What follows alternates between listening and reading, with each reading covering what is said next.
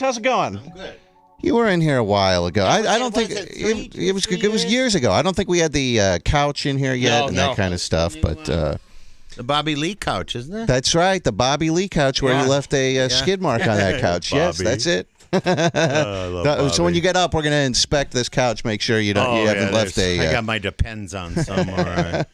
So I'm big against white. how have you been doing? I'm great. Yeah, I'm great. Yeah. You really kind of sort of got into the public spotlight again with that Splash, with that TV show. It was a lot of fun. What do they do? They come to you, or do you have an agent that? What happened was, like, it was just the weirdest thing. I was sitting at home and my agent handed me an iPad and he goes, play this clip.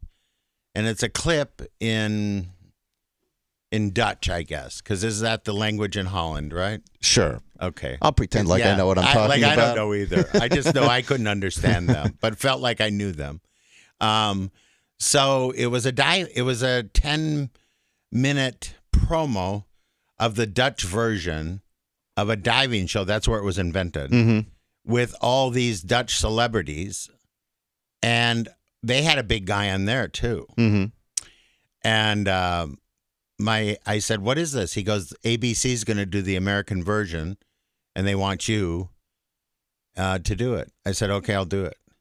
And just that easy. You sign up, you do it. When you go into something like that, do you have any preparation? We did 6 weeks of training. Oh yeah, yeah. And Greg Louganis was the trainer on there, or whatever, and a bunch of other Olympic coaches. And then just, Kareem Abdul-Jabbar, Adama Kinsu, Kendra. You know all the people that were on it. It was a really eclectic group of people. When I would read reports, we talked about this. I think we even played some of the video clips of on the show of you diving head first. Yeah. I was so inspired by that 30-foot dive. I couldn't believe it. Now, then you read reports and they go, Louie Anderson almost died. And I go, is that just to get publicity for the show? No, or it wasn't really. The story was really, I didn't almost die, but I dove in. And have you ever done any diving at all? No. Oh, my God. I would get up there 30 feet. That doesn't sound that high, but when you're standing at 30 feet looking down, right, that's really high. And you're looking at 17 feet of water. Yeah. So you're just like, what am I doing? You've seen Abyss, haven't you? Sure, yeah. Yeah. So that movie, yeah. Yeah. So, anyways, so I dove in. I just had started. I dove in, and I got mixed up in the water because you don't know where you are when you're down there. I started going down instead of going up. Then did you panic at that point? I panicked. I got some water in my lungs, and Adama Kitsu and Greg Louganis both had to. It took both of them to get me out of the pool. But I mean, once Adama Kitsu reached in, it was like I felt like the hand of God coming up, like a cartoon character. And then I was choking up the water.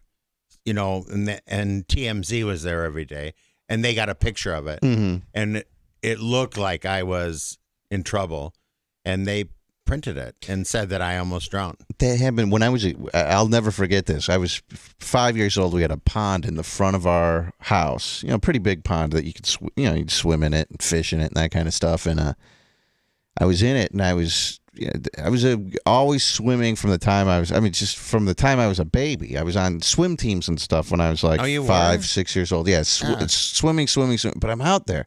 I'm under the water, and I'm just like doing somersaults and stuff under the water. And like what you said, somehow I got disoriented, and I didn't know which way was up or down. And just being 5 years old, I panicked. Yeah. And I've never forgotten that feeling. Yeah. 32 years ago, not knowing which way. What was the Browns player that pulled you out? They would have dropped me, please. Yeah. It's the Browns we're talking about. Fumble, he's dead. So now, is that embarrassing when something like that happens, or? You have a chance to do one of two things in show business: get mad or embrace the whole thing of Yeah. it. Like, listen, what with TMZ, always be friendly. Never be a jerk with TMZ. Yeah. In my opinion. Because then they'll really go out and crucify you. Well, you're going to look bad no matter what. Like, TMZ is at a whole bunch of places. Do you know how TMZ works? They just have photographers out, right. And then they pay they don't work for them. They're all just, freelance people. Right. And so they're at every restaurant or every situation, airport, when you come out of the airport after you've flown for 5 hours and you look right. And they're trying. They just try to get a reaction out of people. Do these photographers? They get right up on you. But I always say, I just take the time. I stop. I talk to them. I'm always nice, and they're always nice to me. So what about? So I'm not. I was embarrassed that I got turned around, but I was more scared. I mean, just like you get scared. What about like body image? I mean, you're a bigger guy. You go out there. You're on this diving show, right? I mean, the reason you're on the show is because they go, hey, we need a big guy, just like they had over there and wherever. Does that, are you self-conscious of body image, or do you just go, hey, I've been a bigger guy for a long time, I don't care at this point? Or this is a very good question. This is a question that a lot of people, I think but wouldn't ask, and that's why you're who you are. But so I have that choice. I said to them, listen, you have to make all stuff for me that at least is presentable. It can be crazy or funny or whatever, but it can't be to accentuate my being a big person. So you don't want it to be mean-spirited. Yeah, I don't want it to be. I want it to be, I'll be joyful about the experience, but don't think don't try to take advantage of the idea. Well, I'll tell you, I mean, I would be self-conscious, just getting on TV, shirt off or whatever, and I'm not a huge guy. That would make me self-conscious because I don't know if you can tell this, Louie, but I don't have the best body. If if you see me naked, it's just all these guys on TV, they're so cut and defined and huge muscles, ripped abs, and all this kind of stuff. It's people from the Midwest. We're just fat, pale, tubby slobs. Yeah, because we've been on the couch all winter. Right. We're just, but I took it into consideration. But I took this perspective on the whole show. This is a chance for me to break a little bit of a stereotype because very few people would think I would go to the 7-meter board and dive off. Very few people. And if I could do it at least well or good, it would be significant. And I thought I could do a good thing for that idea of a big person doing stuff. But more than that, I was trying to do something for myself. This was a completely self-serving thing. I was so stuck when I got this job. I was 417 pounds. It's as fat as I've been for so long. I was stuck. I go, my God, when you're 417 pounds, you're not going to feel like going to work out. You're not going to do anything. You know what you're going to do? You're going to go through your day, and then in my case, I would go and do my show, and then I would go home. You know what I mean? You kind of just... Yeah, you get in a rut. You get in this rut. And so I took advantage of saying, this is going to make me change. And so I did. I started working out. I lost 20 pounds on the show and another 20 after the show. So I'm down 40 pounds. So I'm trying to get under now 300 pounds so that I can be a healthier person. Sure. That was the thing. But it was a completely self-serving thing. It was like saying to yourself, okay, you're going to join this walking club, or it's a bad example, walking club, but where you say, I'm going to go on a cross-country trip with some friends because I won't be in this rut. And that's what happened. And then it turned out to be it got a lot of publicity, this show. Yeah, it did. And you never know when you do something like that. Yeah, it could be a joke. Right, I could have been the biggest joke. And, I know that some people, tried to, turn me into that joke, but people were really behind me. People were rooting for me. Do you, Louie Anderson is here with us. He's going to be at Hilarities tonight and all this weekend, as a matter of fact, Friday, Saturday, and Sunday. Would you ever read anything, like if someone went on the internet and they, like if there's a video of you on abc.com going off, all these comments, or on TMZ, as you said, all those comments are going to be, just cruel, of course. Does it bother you? Do you ignore that? Well, like being on Twitter, you're on Twitter, right? Sure. Yeah. So, I read my stuff and I answer it. And if I read something really funny, like somebody said they were watching a movie and they hated it so much, they'd rather watch Roseanne Barr and Louie Anderson have sex. Right? And so I wrote, exactly, I laughed myself.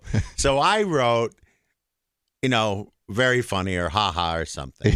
Because I know what's funny. Right. And I know when you're a big person, and that you could tell that person wasn't doing it in a malicious way. It was more satire. Yeah. But I have read cruel, really mean stuff, and I have gotten to the place in my life where those people are writing those after they've written the cruel and mean stuff about me. They've gone to somebody else and written cruel and mean stuff about them. So I just don't take it. I don't take it personal. I like that when my fans defend me, in the nicest way. It's always like, "Well, don't listen to him, Louie," and you know what I mean, in that very Midwestern way. And so I try not to. I'm not afraid to read it. You can't allow yourself to read too much of that stuff. Right. You can't allow yourself to start looking up Louie Anderson or any other celebrity, including yourself.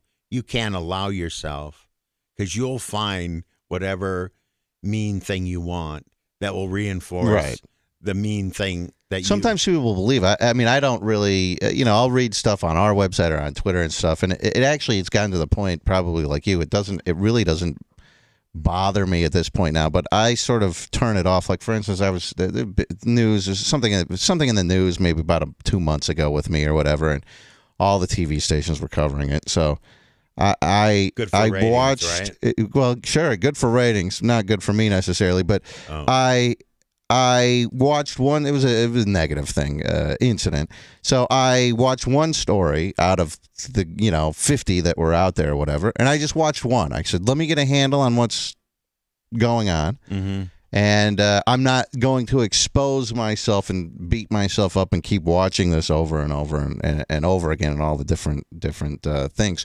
You say that where did you grow up? You referenced Midwest. St. Paul. St. Paul, yeah. Cold as all hell up there, I'm sure. Yeah. Like, I could never live in cold weather again. Where do you live now? Los Angeles? Las Vegas. Oh, you live in Vegas now. Oh, that's where I grew up. Gig. Oh, you did? Yeah. Where did you go to school then there? Bonanza High School over on the west side. That's so crazy. Yeah, like it. Where Carrot Top lives right off Bonanza. I Sahara and Rainbow is pretty much the area where I lived. Do you like it out there? Yeah. I miss California, but I like Vegas for one really particular reason. I can be in one place. Like, I hardly tour as much as I used to. Right. And so I can be there and have my own 4-day-a-week job. And I have we're all friends, all the people who perform there. Carrot Top, I know all this. I read that you grew up in a housing project. Is that true? Right.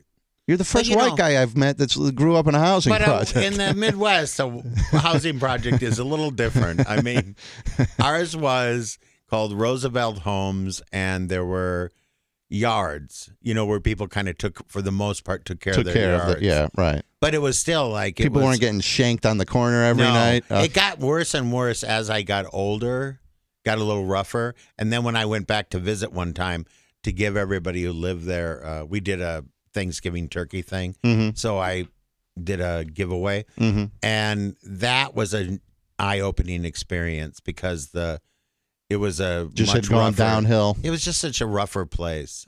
Did you know growing up, did it bother you being poor? Did you know that you were poor, or did you just not know any different? I didn't know about it until in school they lined up the project lines. The project lines? Yeah, all the kids who lived in the projects would line up on one side of the school because they were going to take a different route. Oh, gotcha. It wasn't necessarily like a personal, singling out, right. But it was. And then all the project kids had the same coats because we got them from the vouchers in the welfare thing. Mm-hmm. So everybody had the same exact coats. It was really quite ironic. But Does that have an effect on you later in life?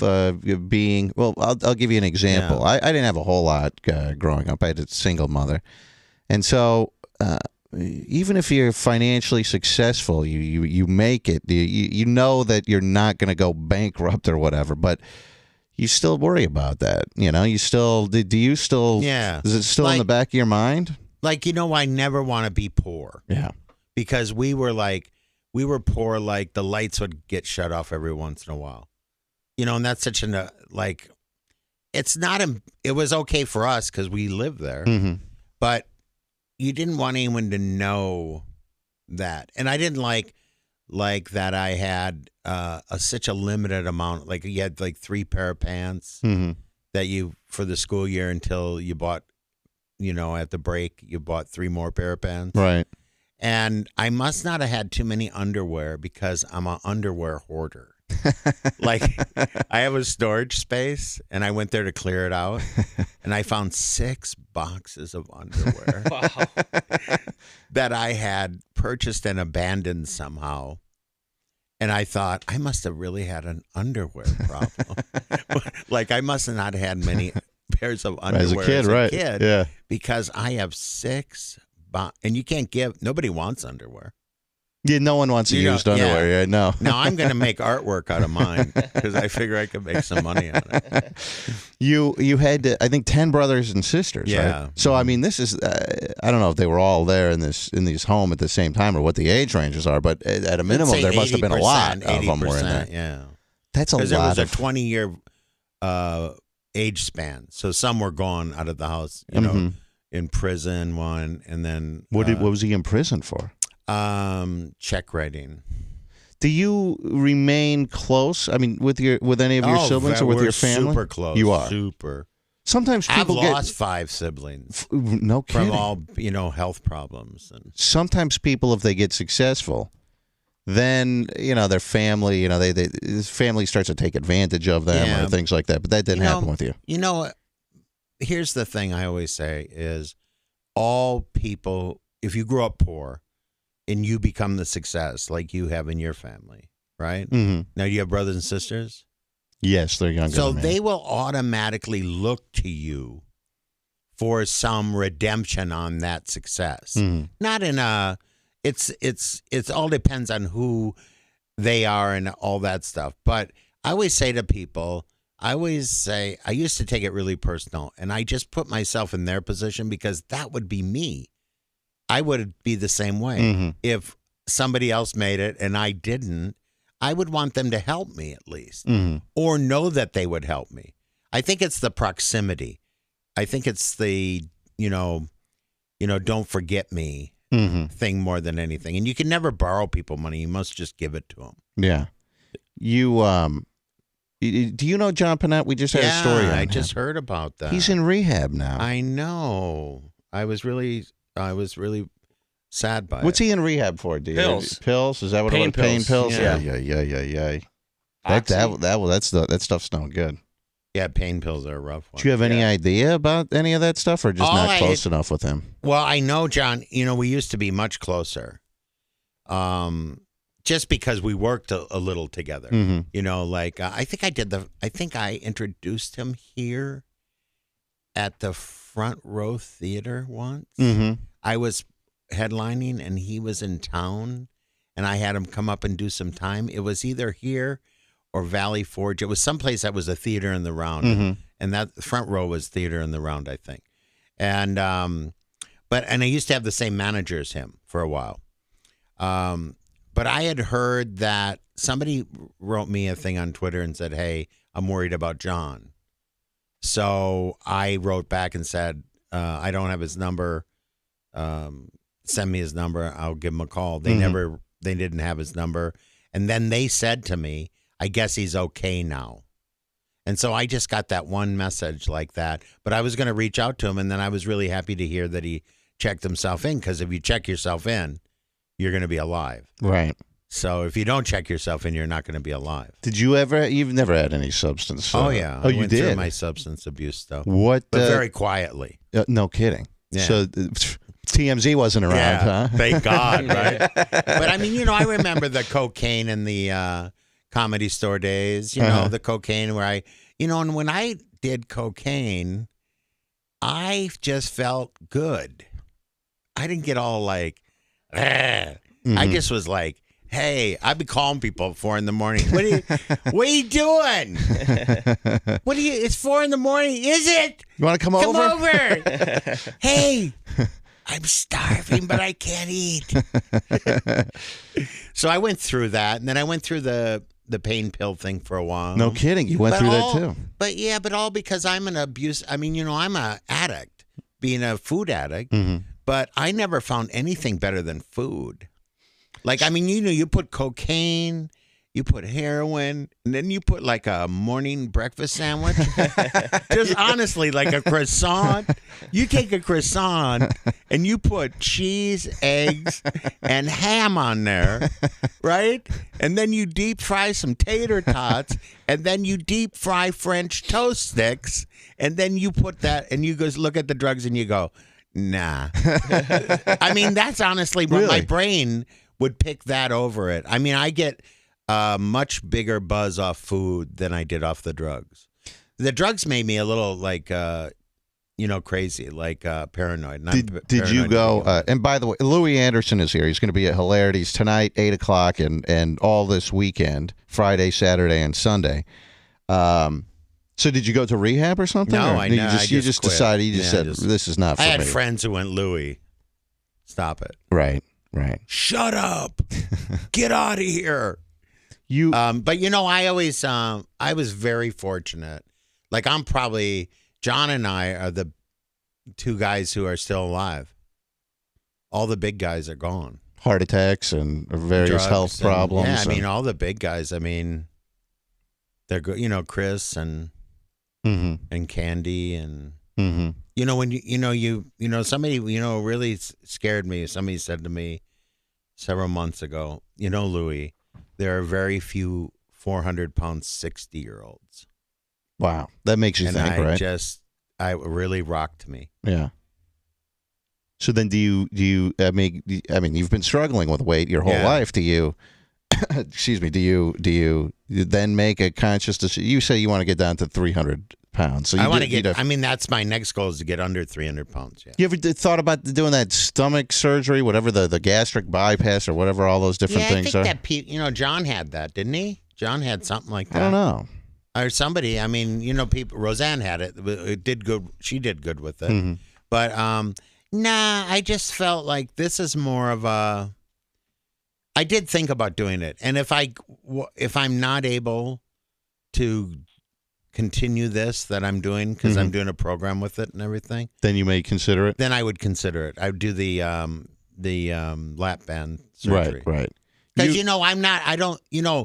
People who are fat, they will find out that we're just wired differently. It has nothing to. It's a metabolism, and we're not built the same. We're not satiable. We're not satiable with food. You're satiable with food, right? Yeah, I mean, when you could pig out, but for the most part, you're not daily. Right. You know what I mean? No, not you every just day. got to have it every day. Once or twice a week, I'll pig out. I'll go, man, I could go for a pizza here or something. Yeah, but you don't eat a pizza and then something. No. Right. No. You mentioned TMZ back in 1999. The National Enquirer they did a story on you, and they said that demanded a golf cart to take you through the parking lot on the set of Family Feud. You didn't want to walk through the parking lot. They did? Yes. That's so good. Was that true? I hope so. I tried Gold-plated golf cart, right? What? Here's this great story. You want to hear the golf cart story? Sure. I sat, Bob Hope had a golf cart with his nose his face on the front. Mm-hmm. And I always envied that. Mm-hmm. I said, I want to have a Louie Anderson golf cart with my big mug, and the teeth would be the windows, right? I said, I had it all planned out. I just thought it would be funny. Yeah. And so I had said to the Feud people, who were very good to me, I said, have you guys ever thought of getting me a golf cart like that? That would be such a fantastic thing. They're about $5,000, to make. And right. I did, Mostly I did that because it was very hard for me to walk. Yeah. Yeah. They tried to make it really in that article how horrible of a guy you are. What a prima donna you are. I'm really not that type of a person, though. You almost ended up on Perfect Strangers, a show that ran on I think that was on ABC, right? Yeah. For 8 years. Yeah. You were in the pilot. I helped create that show.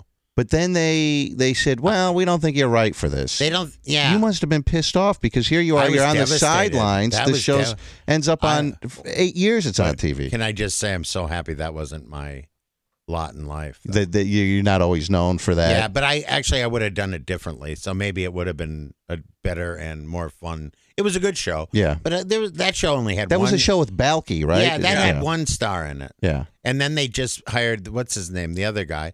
And he was called, instead of Cousin Louie, Cousin Larry, which I thought I was so mad about that. I was most mad about that. You know what I was most mad about?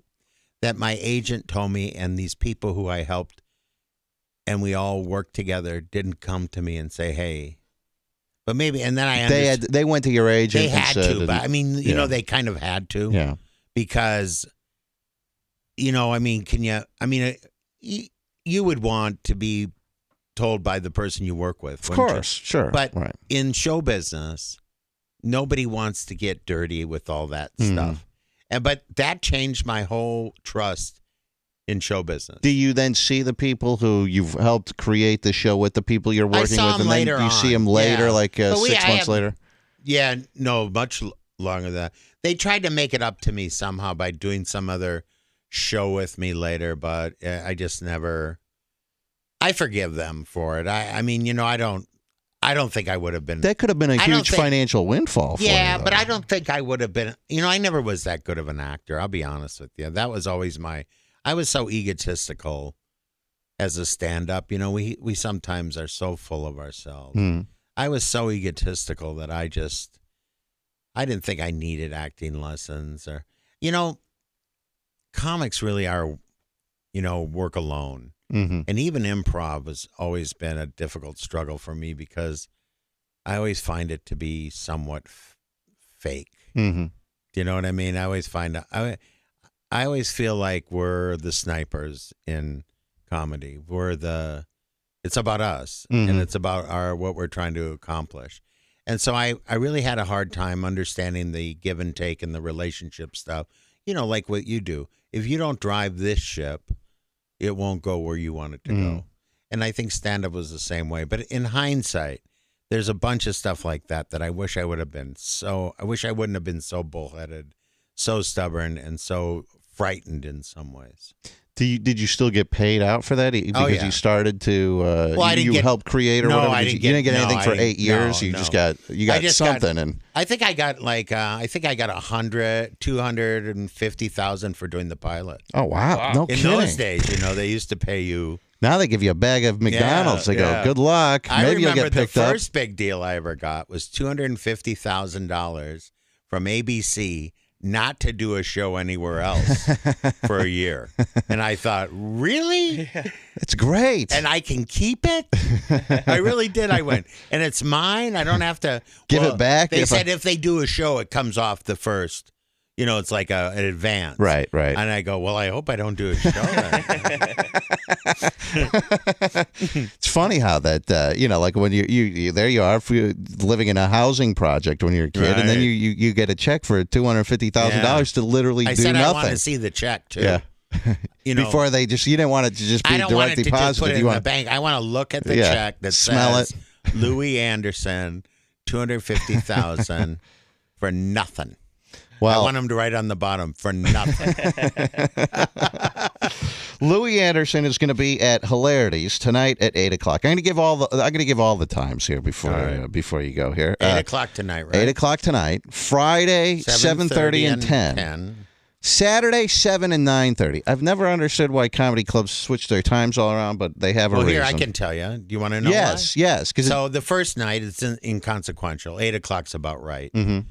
I'd go at 7 if I was. But Friday for sure 8:00 is because people have to get home from work and then go to the club. And then if the show's at 8, you can't really have one before 10. So then on Saturday people don't work for the most part, so you can do an earlier show. Yeah, so it's half an hour early on Saturday. So that's 7 and 9:30 on Saturday. Yeah. And 7:00 Did that on make Sunday. any sense to you?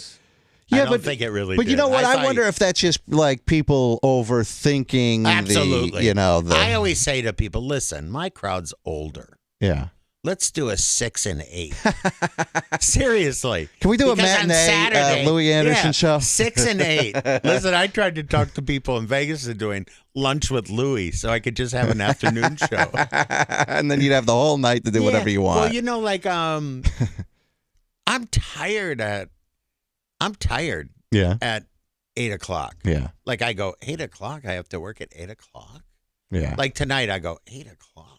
Try waking I up won't at get up. 5:00 in the morning every I don't day. know how you do it. I'm tired 24/7. Yeah. I mean, it's Do you awful. ever adjust to it? Never. I've been doing Never. this for over 10 years. Yeah. And it just, for the past 10 years, I've been exhausted. It's a 10-year exhaustion. I always thought what would be really good is to live. Let's see if I get this right, okay? You live in the East Coast, but you record a morning show in the West Coast. So it wouldn't start until 9.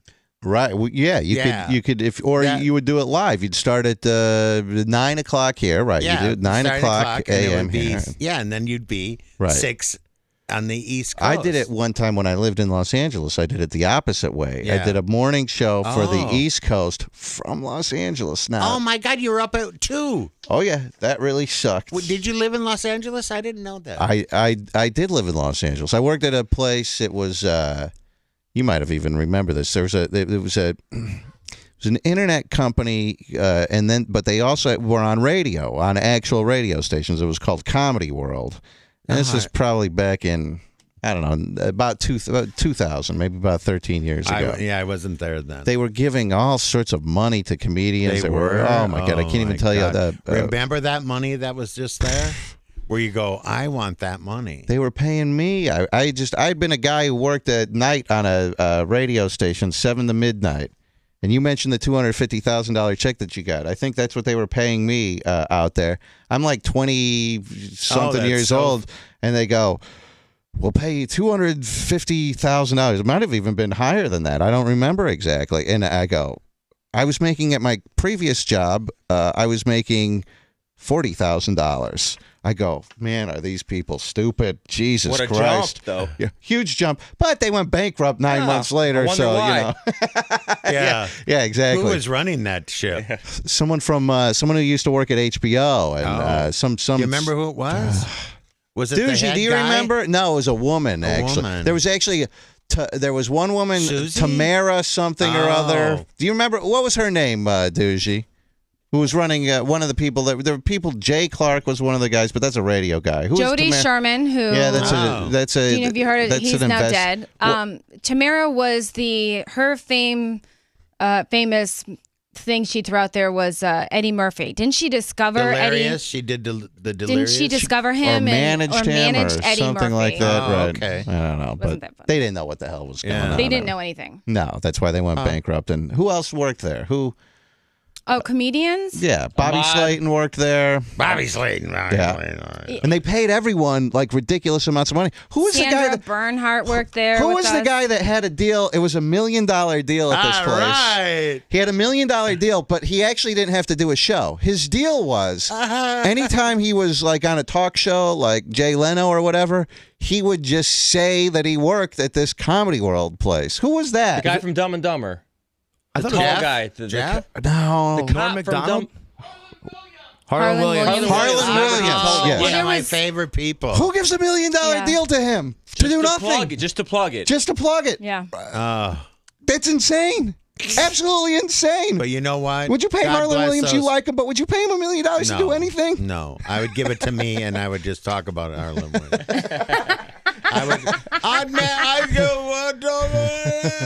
It's crazy.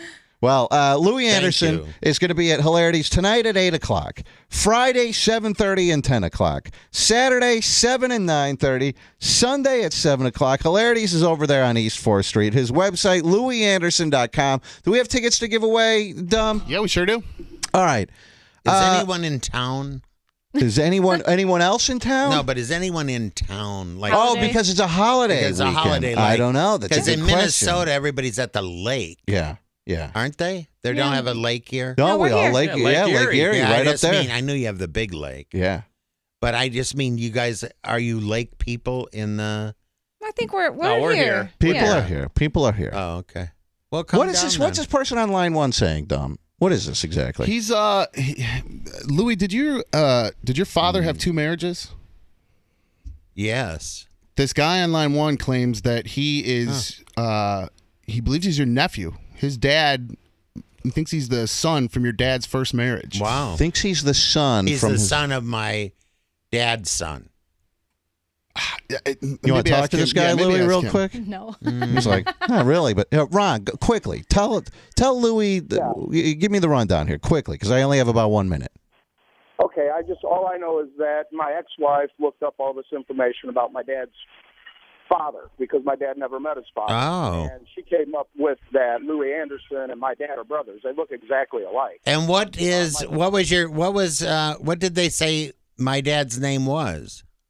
Ronald, I'm not sure the middle name. It's either Allen or something. No, my dad's name was Louis W. Anderson. Louis W. Oh, Anderson. well, But you know, my dad was married twice, and I thought it was Ohio. So if you write me at louie@louieanderson.com, I'll be sure to get back to you. I promise you, because I'm fascinated by it. Yeah, Would Yeah. you? I mean, would that freak you out if you had like a brother that you didn't know about? I'd like to know, wouldn't Yeah. you? I'd Sure. like to. You know, my dad was a musician, so he So he had. Wait a second. Explain this to me. well, I He didn't even know this till I was 18. Mm-hmm. That somebody casually, one of my sisters said, "Well, you know, Dad, when he was married before," and I go, "What?"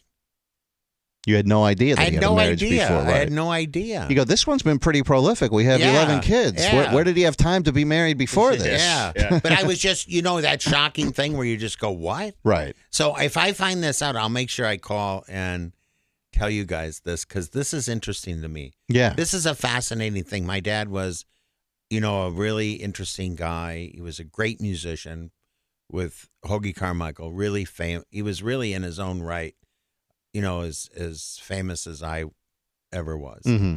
And to find that out would be really cool to know that there's one more Anderson that's related to my dad. Take the guy. You gave him the. Did you have his number, Dom? There's or- a $250,000 finder's fee for the information, and it's a holding deal, non-refundable.